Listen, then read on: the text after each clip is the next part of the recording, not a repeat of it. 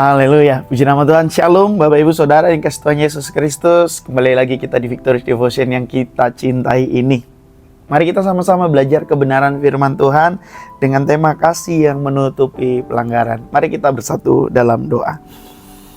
Bapa yang baik dalam surga, kami saat ini datang padamu mengucap syukur untuk kasih-Mu yang begitu luar biasa ya Tuhan. Kami datang dalam keadaan dan keberadaan kami mau diperlengkapi, kami mau dipenuhi, kami mau diajar, kami mau dididik, paradigma kami mau diubahkan, hidup kami mau diselaraskan dengan keinginan dan kehendak-Mu ya Tuhan. Oleh karena itu, berbicaralah kepada kami sesuai dengan kebutuhan kami. Urapi setiap kami semua, sehingga pada saat kami melangkah melakukan aktivitas pekerjaan kami sepanjang hari ini, semua didasari dengan kebenaran firman Tuhan, semua hanya untuk mendatangkan kemuliaan bagi nama Tuhan. Urapi kami semua, kami berdoa dan mengucap syukur, haleluya, amin. Bapak Ibu Saudara yang dikasihi Tuhan Yesus Kristus, di bulan ini kita sama-sama menikmati tema yaitu Divine Family. Jadi kasih yang menutupi pelanggaran itu merupakan salah satu bukti nyata di mana kita adalah orang-orang yang hidup di dalam divine family tersebut. Jadi setiap keluarga pasti tidak mungkin tidak pernah mengalami gesekan, mengalami permasalahan satu dengan yang lain gitu. Setiap keluarga pasti ada mengalami luka. Ada dari perkataan, sikap yang mengecewakan, ketidaksengajaan, hal-hal yang berkaitan dengan ketidaksengajaan, kesalahpahaman, dan itu tidak jarang meninggalkan air mata, dan itu tidak jarang meninggalkan luka dan bekas luka yang terus masih ada. Jadi tidak ada keluarga yang sempurna Bapak Ibu Saudara yang dikasihi Tuhan Yesus Kristus, tetapi yang ada adalah keluarga yang ingin terus berusaha disempurnakan. Dengan siapa? Atau bersama siapa? Bersama Tuhan Yesus Kristus. Karena setiap anggota keluarga adalah manusia. Dan manusia memiliki kelemahan. Manusia bisa melakukan kesalahan. Manusia bisa melakukan kekurangan. Memiliki kekurangan gitu. Dan manusia adalah pribadi yang terus memiliki dan mengalami proses dan progres di dalam kehidupannya. Jadi, kasih yang menutupi pelanggaran berdasarkan Amsal 10 ayat 12. Kita baca untuk kita semua. Saya baca untuk kita semua. Kebencian menimbulkan pertengkaran, tetapi kasih menutupi segala pelanggaran. Nah, ini dia Bapak Ibu Saudara yang dikasihi Tuhan Yesus Kristus. Pelanggaran, kesalahan, ketidaktepatan itu relatif sering terjadi di tengah-tengah kehidupan manusia, di tengah-tengah kehidupan keluarga. Dan apa yang dapat memperbesar permasalahan tersebut? Kebencian. Kebencian akan selalu menjadi bahan bakar untuk memperbesar kesalahan. Kebencian menyimpan luka, mengingat kesalahan, mengingat masa lalu, menunggu kesempatan untuk apa? Untuk membalas. Tunggu saja nanti, tunggu waktunya. Kau akan merasakan seperti apa yang aku rasakan. Tunggu waktunya. Kau akan mengalami apa yang aku alami. Nah, itu dendam, itu sakit hati Bapak Ibu. Itu kebencian yang disimpan. Itu luka yang disimpan. Tetapi hari ini kita membaca kebenaran firman Tuhan. Kasih bekerja sebaliknya. Kasih memang tidak menutupi dosa. Kasih tidak menutupi pelanggaran. Kasih tidak menutupi dosa dengan kepura-puraan. Kasih juga menegur, kasih juga menyatakan kebenaran. Lebih baik teguran yang nyata-nyata kan, yang dinyatakan dengan kasih, daripada kasihnya itu disembunyikan. Ya, kasih tidak menutupi dosa dengan kepura-puraan, tetapi kasih menutupi pelanggaran dengan cara bagaimana? Memberikan pengampunan, melupakan luka masa lalu, dengan kerelaan hati. Untuk apa? Untuk memulihkan hubungan antara anggota keluarga. Kasih sejati bukan berarti nggak pernah luka Bapak Ibu. Kasih nggak mungkin kasih tidak berarti tidak pernah mengalami posisi-posisi yang menghasilkan luka. Tetapi orang yang dipenuhi dengan kasih, sekalipun dia dilukai, sekalipun dia terluka, sekalipun dia mengalami hal-hal situasi yang tidak enak, tidak baik, dia akan tetap memilih untuk mengasihi. Dia mengasihi karena memang karakter, kasih itu menjadi karakter. Kasih itu menjadi gaya hidupnya orang percaya, keluarga orang percaya.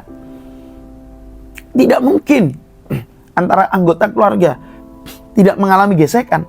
Tetapi anggota keluarga yang dipenuhi dengan kasih, anggota keluarga yang memiliki karakternya Kristus, yang adalah kasih itu sendiri, itu akan menutupi semua pelanggaran dengan memberikan pengampunan. Dan kita juga, setiap orang atau anggota keluarga yang melakukan pelanggaran pada saat menerima kasih, ada respon yang kita berikan, yaitu apa? Berubah. Tidak melakukan kesalahan-kesalahan itu lagi. Kenapa? Karena kita sudah menerima kasih yang menutupi pelanggaran kita. Karena kita sudah menerima kasih yang mengampuni pelanggaran kita. Jadi kita tidak menjadi orang bebal juga pada saat kita melakukan kesalahan. Kenapa? Karena kita menghargai dan menghormati kasih itu. Sebagaimana Tuhan yang adalah kasih itu mengasihi kita tanpa syarat. Jadi Bapak Ibu Saudara yang kasih Tuhan Yesus Kristus, kasih mengalahkan kepahitan, kasih mengalahkan trauma, kasih mengalahkan luka masa lalu, mengalahkan dendam, dan semuanya Bapak Ibu. Sebagai ayat penutup untuk bacaan kita, Kolose 3 ayat 13. Sabarlah kamu seorang terhadap yang lain, dan ampunilah seorang akan yang lain apabila yang seorang menaruh dendam terhadap yang lain. Sama seperti Tuhan telah mengampuni kamu, kamu perbuat juga demikian. Jadi Bapak Ibu Saudara yang kasih Tuhan Yesus Kristus, firman Tuhan mengajarkan agar kita saling mengampuni sebagaimana Tuhan mengampuni. Pengampunan memang tidak mudah, ya. Tetapi pengampunan selalu bisa dilakukan. Sekalipun ada luka yang begitu dalam sehingga hati ini rasanya ingin sekali tuh terus mengingatnya. Tetapi kita sebagai orang percaya, kita harus memilih. Ya, kembali lagi Bapak Ibu, ini pilihan. Pilihan untuk apa? Untuk tetap mengasihi. Sekalipun kita juga punya pilihan untuk tetap menyimpan kepahitan. Kalau kita memilih untuk tetap menyimpan kepahitan, berarti kita sedang memilih untuk apa?